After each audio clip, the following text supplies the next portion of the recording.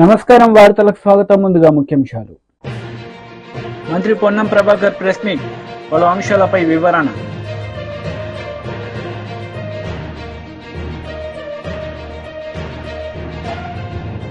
మాజీ మంత్రి Gudivada Amarnath press meet, పలు అంశాలపై వివరణ. బొత్స సత్యనారాయణ మీడియా సమావేశం నిర్వహించారు. ఈ సందర్భంగా పలు అంశాలపై ఆయన మాట్లాడారు. నేను ఒకటే సూటిగా అడుగుతున్నాను, మీ ద్వారా ఆ పార్టీని డిమాండ్ చేస్తున్నాను. ఈ రాష్ట్రంలో ఉన్న ఆంధ్రులందరూ ప్రజలందరికీ కూడా తెలియపరుస్తున్నాను. ఈరోజు శాసనసభ్యుడో పార్లమెంట్ సభ్యుడో లేకపోతే నేను ఎమ్మెల్సీగా ఎలవెప్పుగా ఉండి మేమేదో రాజీనామాలు చేస్తే మా రాజీనామాల వల్ల ఒరిగేది లేదు, మా రాజీనామాల వల్ల జంకేది లేదు, మా రాజీనామా వల్ల ఒరిగేది లేదు, పెరిగేది లేదు. ఇవాళ కేంద్రంలో ఉన్నది ఎన్డీఏ ప్రభుత్వం, రాష్ట్రంలో ఉన్నది ఎన్డీఏ ప్రభుత్వం, కూటమి ప్రభుత్వం. గొప్పగా చెప్పుకుంటారు, ప్రతి మాటకి కూడా కూటమి ప్రభుత్వం అని చెప్తున్నారు. ఆ కూటమి ప్రభుత్వం మీ తాలూకా విధానాన్ని మీరు చెప్పండి. ప్రైవేటీకరణకి వ్యతిరేకమా కాదా? ఆ మాట చెప్పండి. మీరు మీ నాయకులతో మీ రాష్ట్రంలో ముఖ్యమంత్రితో ముఖ్యమంత్రితో ఆ మాట చెప్పించండి. మేము రాజీనామా చేస్తాం, మేము వచ్చి అయిపోయిన తర్వాత ఆకులు చేతులు కాలిన తర్వాత ఆకులు పట్టుకుంటామంటే కాదు. దయచేసి అర్థం చేసుకోండి. ఇది ప్రజా మనోభావాలతో మనం వచ్చి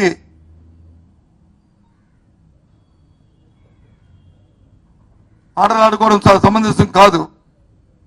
రాజకీయాలకి ఇక్కడ తావులేదు, రాజకీయాలకి ఇక్కడ తావులేదు. మాకు భయం ఉంది. అందుకే ఆ రోజు సాక్షాత్తు మా అధ్యక్షుడు గాజువాక గత ఎన్నికల్లో ప్రచారానికి వచ్చినప్పుడు క్లారిటీగా చెప్పారు, ఓ మాట చెప్పారు. తప్పిచెడి కానీ ఇక్కడ కానీ మీరు కానీ కూటమి ప్రభుత్వాన్ని కానీ ఎన్నుకున్నట్లయితే, కూటమి అభ్యర్థులు కానీ గెలిపించుకున్నట్లయితే స్టీల్ ప్లాంట్ అమ్మే పరిస్థితి వచ్చేస్తుంది అనే విషయాన్ని ఆయన చెప్పిన సందర్భాన్ని ఒకసారి గుర్తు చేస్తున్నాను.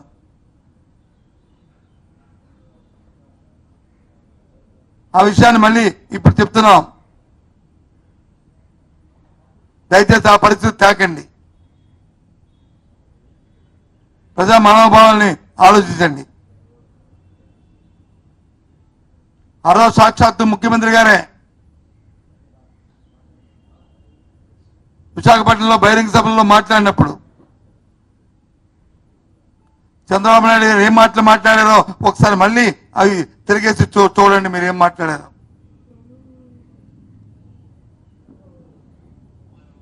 ఏం చెప్పారో చెప్పండి. లేదు మమ్మల్ని చూమెట్టమంటే ఇవాళ చూమెడతాం, మీరు మాట్లాడి కూడా.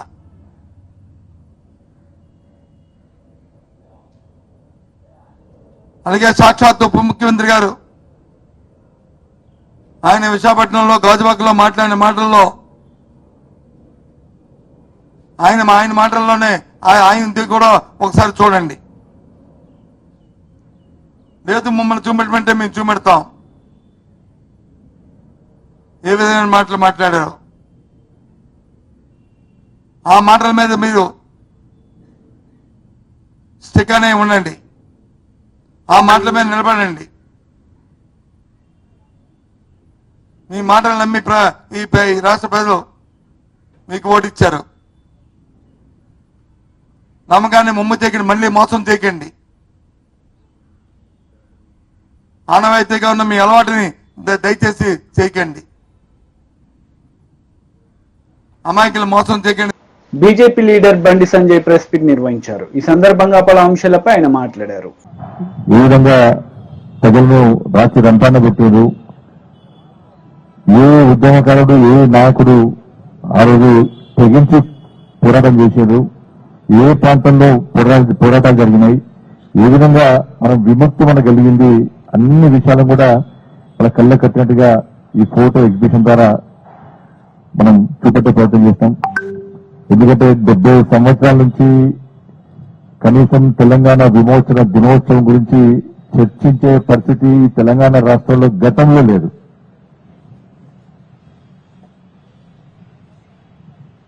ఇంతవరకు కూడా ఎవరు కూడా తెలంగాణ విమోచన దినోత్సవం గురించి చెప్పినటువంటి దాఖలాలు లేవు. తెలంగాణ ఉద్యమ సమయంలో అప్పటి నాయకుడు ముఖ్యంగా శ్రీ సిహెచ్ విద్యాసాగరరావు గారు ముఖ్యంగా చొరవ తీసుకొని ఈ తెలంగాణ విమోచన దినోత్సవాన్ని అధికారికంగా జరపాలని చెప్పి ఆ రోజు వారు ప్రారంభించిన తర్వాత తెలంగాణ రాష్ట్ర వ్యాప్తంగా అనేక మంది యువకులు స్వచ్ఛందంగా జాతీయ జెండాలు చేతిలో పట్టుకొని మా తెలంగాణ స్వాతంత్ర దినోత్సవాన్ని తప్పకుండా జరపాల్సిందని చెప్పి పాలకుల మీద ఒత్తిడి తీసుకున్న సందర్భాన్ని మనం గుర్తు చేసుకోవాల్సిన అవసరం ఉంది. అనేక లాఠీచార్లు జరిగినా, ఎన్ని గొడవలు జరిగినా కూడా తెలంగాణ యువత అంతా కూడా తెగించి కొట్టాడి కలెక్టరేట్ల ముందు పోలీస్ పరేడ్ గ్రౌండ్స్ లో జాతీయ జెండాలను ఎగిరేటువంటి సందర్భాన్ని మనం గుర్తు చేసుకోవాల్సి ఉంది. దాని స్ఫూర్తి ఏంటంటే ఈ తెలంగాణ పోరాటమే. ఆ రోజు మహిళలను నగ్నంగా బతుకమ్మ ఆడించడం, దాంతోపాటు చిన్న పెద్ద ముసలి ముత్క తేడా లేకుండా నిజాం ఏ విధంగా ఇబ్బంది పెట్టాడు. వాళ్ళు అనేక ప్రాంతాల్లో ఇలా వీర బైరాన్పల్లి దాదాపు 100 మంది నిజాం రజాకారులను ఎదిరించడానికి సొంతగా దళాన్ని ఏర్పాటు చేసుకొని ఏ విధంగా రజాకారులను తరిమికొట్టి సొంతగా ఆయుధాలను తయారు చేసుకుని ఏ విధంగా తరిమికొట్టినో చివరకు పెద్ద ఎత్తున ఫోర్స్ వచ్చి అలా 100 మందిని ఏకదాటిగా హతమార్చడం, ఇలా గుండ్రాంపల్లిలో యువతను ఏ విధంగా హతమార్చడము, దాంతోపాటు పరకాలలో కూడా దేశానికి స్వాతంత్ర్యం 1947 ఆగస్టు 15 వస్తే ఇలా 399 రోజులు మనం ఫైట్ చేసిన తర్వాత యుద్ధం జరిగిన తర్వాత 1948 17 సెప్టెంబర్ రోజు మనకు విమోచన కలిగిందంటే మనం అర్థం చేసుకోవాల్సిన అవసరం ఉంది. ఇలా పరకాలలో జాతీయ జెండాలను చేతబట్టుకొని వందే మాతరం అంటూ భారత్ మాతాకి జై అంటూ ఇలా పరకాలలో ప్రజలందరూ కూడా తెలంగాణ ఉద్యమకారులందరూ కూడా జాతీయ జెండాను ఎత్తుకొని రోడ్డు మీదకి వస్తే వందే మాతరం అని గర్జిస్తూ వస్తుంటే వాళ్ళ రజాకారులు ఏ విధంగా ఏకదాటిగా కాల్పులు జరిపి 1500 మంది ఇవాళ ఉద్యమకారులను హతమార్చడం, ఫైరింగ్ ద్వారా హతమార్చిన సంఘటనను తెలంగాణ సమాజం ఎప్పుడు మర్చిపోదు. వీర బైరాన్పల్లిని మర్చిపోదు, గుండ్రాపల్లిని మర్చిపోదు, 1000 ఊడల మాదిరిని మర్చిపోదు తెలంగాణ సమాజం. మహిళలను నగ్నంగా బతుకమ్మ దుర్మార్గ సంఘటన తెలంగాణ సమాజం మర్చిపోదు. ఆ రోజు చాకలి ఎల్లమ్మ గాని, బురుగుల రామకృష్ణారావు గాని, కుమరం భీం, కొండా లక్ష్మణ్ బాపూజీ, చాకలి ఎల్లమ్మ ఇట్లా అనేక మంది, ఇలా హిందూ మహాసభ, ఆర్య సమాజ్, ఇవన్నీ కూడా ఈ అన్ని సంస్థలు అనేక మంది ఉద్యమకారులు ఆ రోజు నిజాంకు వ్యతిరేకంగా పోరాడుతున్నటువంటి సందర్భంలో అనేక ఇబ్బందులు పడ్డా కూడా ఇవాళ మనం వాళ్ళ ఉద్యమ స్ఫూర్తిని, వాళ్ళ యొక్క ఆకాంక్షలు మనం తెలుసుకోవాల్సిన అవసరం ఉంది.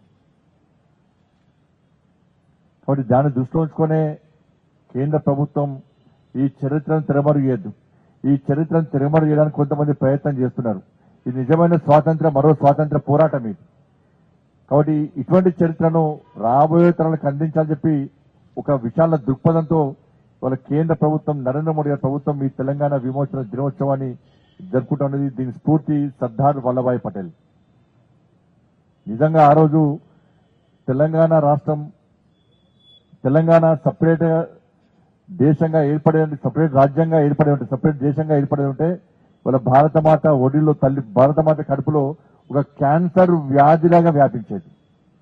కానీ ఈ వ్యాధిని ఆపరేషన్ పోలో అనేటువంటి ఒక శస్త్రచికిత్సతోని నయం చేసినటువంటి గొప్ప వీరుడు సర్దార్ వల్లభాయ్ పటేల్. దాన్ని మనం గుర్తుంచుకోవాలి. ఆపరేషన్ పోలోతోని ఏ విధంగా నిజాం మెడలు వంచి మనకు విముక్తి కలిగించడో మనం గుర్తుంచుకోవాల్సిన అవసరం ఉంది.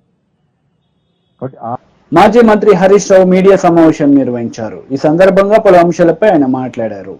ప్రజల కోసం పనిచేయి, నీకున్న అవకాశాలని జాగ్రత్తగా వినియోగించు. ఏదైనా కొద్దిగానే ఏమైనా మంచి పేరు వస్తుంది.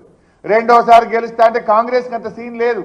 రాజస్థాన్లో ఒక్కసారికే పోయింది, ఛత్తీస్గఢ్లో ఒక్కసారికే పోయింది, యాడైనా కాంగ్రెస్ పార్టీ ఒక్కసారికే పోతుంది. ఇక ఎంత పచ్చి అబద్ధాలంటే మేము టీచర్ల ట్రాన్స్ఫర్ చేసినామని ఇలా చెప్తున్నాడు గాంధీ భవన్లో.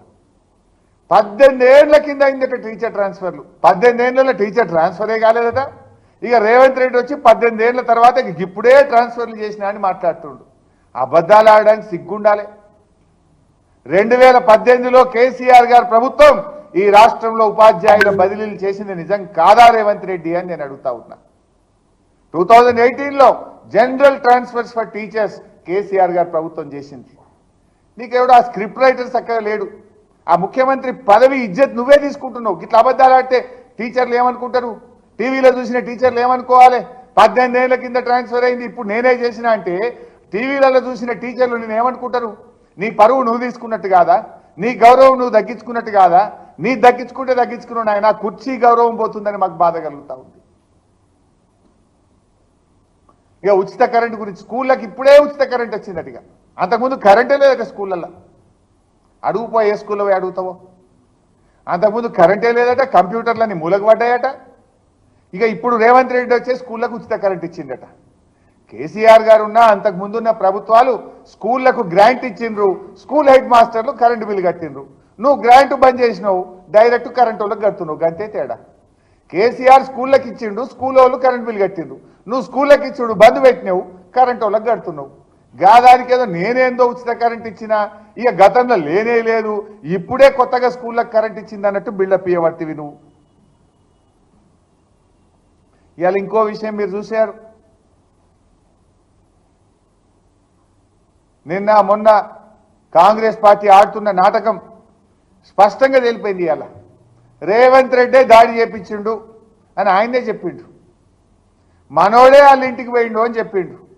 నేనే పంపినా అని చెప్పిండు రేవంత్ రెడ్డి. ఇప్పుడు ఏమైతుంది? శ్రీధర్ బాబు ఏమో ఇద్దరు బీఆర్ఎస్ ఎమ్మెల్యేలే కొట్లాడుకున్నారని శ్రీధర్ బాబు అంటాడు. బట్టి విక్రమార్క ఉప ముఖ్యమంత్రి గారేమో ఇద్దరు బీఆర్ఎస్ ఎమ్మెల్యేలే కొట్లాడుకొని రాష్ట్రం పరువు తీస్తుండ్రు అంటాడు. రేవంత్ రెడ్డి నిన్న ఢిల్లీలో చిచ్చాట్లేమన్నాడు, గాంధీ బీఆర్ఎస్ఏ అన్నాడు. ఇవాళ ఏమంటాడు? గాంధీ భవన్లో చూడుండ్రు. ఇవాళ గాంధీ భవన్లో ఏమంటాడు? మనోడేనట. ఇక ఎవడు మనోడో ఈ పుణ్యాత్ముడు ఏం మాట్లాడతాడు?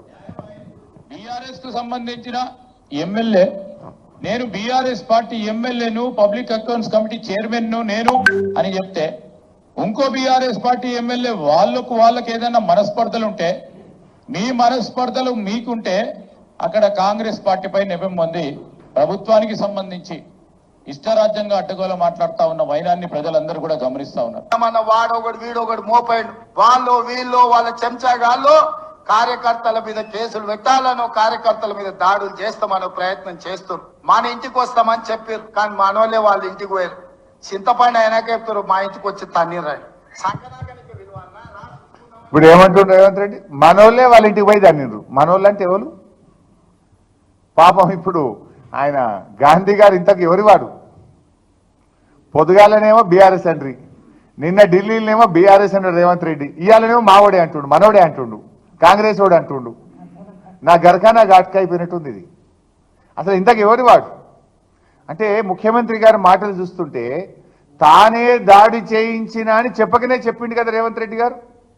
మళ్ళీ పైకి వెళ్ళేమంటాడు? హైదరాబాద్ బ్రాండ్ ఇమేజ్ దెబ్బతింటుంది, ఇదో సన్నాయి నొక్కులు నొక్కుతాడు. మళ్ళా ఒక ముఖ్యమంత్రి మాట్లాడాల్సిన భాషన, ఒక రాష్ట్రాన్ని పరిపాలించే విధానమా ఇది? నిజంగా కేసీఆర్ గారు ఆ రోజు ఆలోచించుంటే 9.5 ఏళ్లలో ఏమైతుండే? కేసీఆర్ గారు. మంత్రి పొన్నం ప్రభాకర్ మీడియా సమావేశం నిర్వహించారు. ఈ సందర్భంగా పలు అంశాలపై ఆయన మాట్లాడారు. చేస్తారు. అందుకు సంబంధించి జిల్లా యంత్రాంగం తరఫున, మున్సిపల్ యంత్రాంగం తరఫున వివిధ శాఖల సమన్వయంతో ఎక్కడ కూడా ఇబ్బంది రాకుండా గణేష్ నిమజ్జన కార్యక్రమాన్ని ప్రక్రియ మొత్తంగా సజావుగా సాగడానికి అన్ని ఏర్పాట్లు చేయడం జరిగిన అధికార యంత్రాంగం. ప్రభుత్వం ఇప్పటికే గణేష మండపాలకు సంబంధించి మొట్టమొదటిసారిగా చరిత్రలో ఉచిత విద్యుత్తుని ఇవ్వడమే కాకుండా వేడుకలు ఘనంగా జరగాలి, ఈ రాష్ట్ర ప్రగతిలో ప్రజాపాలనలో ఎటువంటి విఘ్నాలు లేకుండా ఈ నవరాత్రులు అనేటువంటి ఉత్సవాలు ఘనంగా జరగాలనేటువంటి సానుకూల వైఖరితో మంత్రుల స్థాయిలో జిల్లా అధికారుల స్థాయిలో జరిగే రివ్యూతో పాటుగా ఈసారి గౌరవ ముఖ్యమంత్రి గారు కూడా స్వయంగా రివ్యూ చేసి అన్ని జిల్లా స్థాయిల్లో అన్ని రకాల ఏర్పాట్లు చేయడంతో పాటుగా నిమజ్జనానికి సంబంధించి ఎక్కడ కూడా ఇబ్బంది రావద్దనే విధంగా ఆదేశాలు ఇవ్వడం జరిగింది. అందుకు అనుగుణంగా మున్సిపల్ యాంత్రాంగం గాని జిల్లా యాంత్రాంగం గాని అనుబంధానికి సంబంధించిన శాఖలు అన్ని కూడా ఇక్కడ ఏర్పాట్లు చేయడం జరిగింది. ఏమైనా ఇబ్బంది ఉంటే గజ ఈతగాళ్లు కావచ్చు, ఫైర్ సిబ్బంది కావచ్చు, నిరంతర విద్యుత్ శాఖ వాళ్ళు కావచ్చు, శాంతి భద్రతలకు పోలీసులు కావచ్చు, సమన్వయం చేసి అతిథులు వీఐపీలు వస్తే రెవెన్యూ పరంగా కావచ్చు, మున్సిపల్ పరంగా సౌకర్యాలు కావచ్చు, పంచాయతీరాజ్ అంతా కూడా అన్ని రకాల శాఖల భాగస్వామ్యంతో గణేష్ ఉత్సవాలు జరుగుతూ ఉన్నాయి. కాబట్టి భక్తులు కూడా అధికారం మాత్రమే, ప్రభుత్వ అధికారులు మాత్రమే చేస్తే సరిపోతుంది. మండప నిర్వాహకులు కూడా ఈ కార్యక్రమాన్ని విజయవంతం కావడానికి ఇప్పటికే గణేష్ ఉత్సవ సమితి వాళ్ళు, విశ్వ హిందూ పరిషత్ వాళ్ళు, మండప నిర్వాహకులందరితోటి అన్ని రకాల క్షేత్రస్థాయి సమావేశాలు అయినాయి. తప్పకుండా రేపటి నిమజ్జన కార్యక్రమం కూడా విజయవంతంగా కొనసాగుతుంది ఆ గణేశుడు ఆశీర్వచనంతో అనే మాట సందర్భంగా మనవి చేస్తా ఉన్నాను. ఇకపోతే హైదరాబాద్ సంబంధించి కూడా గణేష్ నిమజ్జనం మీద కోర్టు తీర్పు తర్వాత లేదా పత్రికల్లో వార్తలతో కొద్దిగా కన్ఫ్యూజన్ వస్తోంది. నిన్న భాగ్యనగర్ గణేష్ ఉత్సవ సమితి వాళ్ళు మాట్లాడడం జరిగింది నాతోటి. ఎప్పుడు ఏ విధంగా గతంలో గణేష్ నిమజ్జనం హైదరాబాద్ లో భాగ్యనగర్ గణేష్ ఉత్సవ సమితి లేదా ఆ యాంత్రాంగం ఏర్పాట్లు జరుగుతాయి, ఇప్పుడు అట్లే జరుగుతున్నాయి, అంతకంటే రెట్టింపు జరుగుతున్నాయి. ముఖ్యమంత్రి గారి ఆదేశాల మేరకు అటు శాంతి భద్రతలు కావచ్చు, అటు జిహెచ్ఎంసీ, హెచ్ఎండిఏ, వాటర్ వర్క్స్ అందరూ కూడా కలిసి సమన్వయంగా మరి నిర్వహణ ఏర్పాట్లు చేస్తా ఉన్నారు. ఎటువంటి అయోమయం గానీ కన్ఫ్యూజన్ పెట్టుకోవాల్సిన అవసరం లేదు. స్వేచ్ఛగా వీలైనంత తొందరగా నిర్వహణ కార్యక్రమాలు మంగళవారం నాడు ముగించుకోవాల్సిందిగా కోరుతా ఉన్నాం. 17 నాడు ప్రభుత్వం సెలవు కూడా ప్రకటించింది. 18 నాడు యథావిధిగా మళ్లీ పనిచేసే సచివాలయం గతంలో పనిచేస్తుండే చేయకపోతుండే. ఇప్పుడు సచివాలయానికి ప్రజలు వస్తా ఉన్నారు, మంత్రులు అధికారులు అందరూ వస్తా ఉన్నారు. కాబట్టి సచివాలయం దగ్గరనే కాబట్టి సచివాలయం పనిచేసే విధంగా నిర్వాహకులందరినీ మండప నిర్వాహకులను కోరుతా ఉన్నాం. 17 వీలైనంత తొందరలో బయలుదేరి నిమజ్జన ప్రక్రియ తొందరలో పూర్తి చేసుకోవాలని సందర్భంగా కోరుతూ ఎటువంటి ఇబ్బంది గాని కన్ఫ్యూజన్ గాని లేకుండా అధికారుల సమన్వయంతో ఏర్పాట్లు జరుగుతున్నాయనేటువంటి మాట అటు ఉత్సవ సమితి వాళ్లకు మండప నిర్వాహకులందరూ కూడా ప్రభుత్వం పక్షాన. మంత్రి గుడివాడ అమర్నాథ్ మీడియా సమావేశం నిర్వహించారు. ఈ సందర్భంగా టీడీపీ నేతలపై ఆయన విరుచుకుపడ్డారు. ఉన్నటువంటి కార్మిక సంఘాలకి, పోరాటం చేస్తున్నటువంటి పోరాట సంఘాలకి, పోరాట కమిటీకి అన్ని విధాలుగా సహకరించినటువంటి సందర్భాలు మీ అందరికీ తెలుసు. ప్రజల సమక్షంలో అనేక వేదికల మీద కూడా నేరుగా ఆ రోజు కానీ ఈ రోజు ఉన్నటువంటి ప్రధానమంత్రి నరేంద్ర మోదీ గారిని రాష్ట్ర ప్రజల పక్షాన దీన్ని ప్రైవేటీకరణ చేయడానికి వీల్లేదు అనేటువంటి విషయాన్ని కూడా చెప్పినటువంటి సందర్భాలు ఆ రోజు ముఖ్యమంత్రిగా జగన్మోహన్ రెడ్డి గారు చెప్పినటువంటి విషయాలు కూడా మీ అందరికీ ఈ సందర్భంగా గుర్తు చేస్తా ఉన్నాం. అయితే ఈ రోజు ఉన్నటువంటి పరిస్థితుల్లో మన 12వ తారీఖున 2వ బ్లాస్ట్ ఫర్నెస్ను కూడా క్లోజ్ చేయడం మనం చూసాం. మొదటి నుంచి కేంద్రంలో ఉన్నటువంటి ప్రభుత్వం గతంలో కానీ ఇప్పుడు కానీ ఇది నష్టాల్లో ఉన్నటువంటి ప్లాంట్ కాబట్టి, ఎక్కువ నష్టాలు ఉన్నాయి కాబట్టి దీన్ని ఏదో రకంగా ఏం చేయాలి అనేటువంటి ప్రైవేటైజ్ చేయాలి అనేటువంటి ఆలోచనతో ముందుకు వచ్చింది. ఇది నష్టాల్లో ఉన్నటువంటి ప్లాంట్ కాదు, అప్పుల్లో ఉన్నటువంటి ప్లాంట్, నష్టాల్లోకి నెట్టివేయబడుతున్నటువంటి ప్లాంట్. అప్పుల్ని నష్టాల కింద చూపించి దీన్ని ఏదో రకంగా ప్రైవేటైజ్ చేయాలి అని చెప్పి ఆలోచన చేస్తున్నటువంటి ప్రభుత్వం వాళ్ళది. ఈ సందర్భంలో ఇప్పుడున్నటువంటి కేంద్ర ప్రభుత్వం వారికి ఉన్నటువంటి సొంత రాజకీయ పార్టీ బలంతో ఏర్పాటైనటువంటి ప్రభుత్వం కాదు. అనేక వారి మిత్రపక్షాలు, ఈరోజు ఉన్నటువంటి తెలుగుదేశం పార్టీ ఒక 16 మంది పార్లమెంట్ సభ్యులు, లేదా వారితో పాటు ఇక్కడ కూటమిలో ఉన్నటువంటి జనసేన పార్టీకి సంబంధించినటువంటి ఒక 2 పార్లమెంట్ సభ్యులు, వీరందరూ కూడా అక్కడ మద్దతు పలికితే కేంద్రంలో ఏర్పడినటువంటి ప్రభుత్వం ఈరోజు దేశంలో పరిపాలన చేస్తూ ఉంది. మరి ఈ సందర్భంలో మేము కోరేది ఒకటే, నిన్న స్థానిక పార్లమెంట్ సభ్యులు కానీ మా స్థానిక శాసనసభ్యులు రాష్ట్ర పార్టీ అధ్యక్షులు వారు మాట్లాడినటువంటి మాటలు చూసిన తర్వాత అంటే మీరెవరో రోడ్ల మీదకి రాకండి, ఒకవేళ ప్రైవేటీకరణ అయిపోతే అప్పుడు మేము రాజీనామాలు చేస్తాం, అయిపోయిన తర్వాత రాజీనామాలు కానీ ఉన్నప్పుడు రాజీనామాలతో సమస్య పరిష్కారం కాదు. మీరు కానీ మీ పార్టీ అధ్యక్షులు వారు లేదా మీ పార్టీ రాష్ట్ర ముఖ్యమంత్రిగా ఉన్నటువంటి చంద్రబాబు నాయుడు గారు చెప్పాల్సింది ఏంటంటే, మేము ప్రజల తరపున, కార్మికుల తరపున, రాష్ట్ర ప్రజల తరపున వైఎస్ఆర్ కాంగ్రెస్ పార్టీ కోరేది ఒకటే, ఈ ప్లాంట్ ప్రైవేటీకరణ ఆగాలి అంటే చంద్రబాబు నాయుడు గారు కేంద్ర ప్రభుత్వానికి ఒకే ఒక మాట చెప్తే ఇది అవుతుంది. మీరు కానీ విశాఖపట్నం స్టీల్ ప్లాంట్ ప్రైవేటీకరణ చేస్తే కేంద్రంలో మీ ప్రభుత్వానికి మేము మా మద్దతుని విత్డ్రా చేసుకుంటాం అనేటువంటి మాట చెప్తే ఇది ఆగేటువంటి ప్రసక్తి ఉంటుంది తప్ప అంతా అయిపోయిన తర్వాత మేము రాజీనామాలు చేస్తాం, మేము రోడ్ల మీద కూర్చుంటాం, మేము పోరాటాలు చేస్తామంటే ఇది ఆగేది కాదు, జరగదు, జరగబోదు అనేటువంటి విషయాన్ని కూడా ఈ సందర్భంగా మీ ద్వారా తెలియజేస్తూ వైఎస్ఆర్ కాంగ్రెస్ పార్టీ స్టాండ్ నిన్న కానీ ఈ రోజు కానీ రేపు కానీ ఎప్పుడన్నా ఒకటే, ప్రైవేటీకరణకి వైఎస్ఆర్ కాంగ్రెస్ పార్టీ వ్యతిరేకం వ్యతిరేకం వ్యతిరేకం అనేటువంటి విషయాన్ని మొదటి నుంచి చెప్తూ వచ్చాం, దానికి కట్టుబడి ఉన్నాం. దానికి ప్రజల పక్షాన, కార్మికుల పక్షాన, ప్లాంట్ పక్షాన ఏ రోజు. వార్తలు ముగించే ముందు ముఖ్యాంశాలు మరోసారి. మంత్రి పొన్నం ప్రభాకర్ ప్రెస్ మీట్, పలు అంశాలపై వివరణ.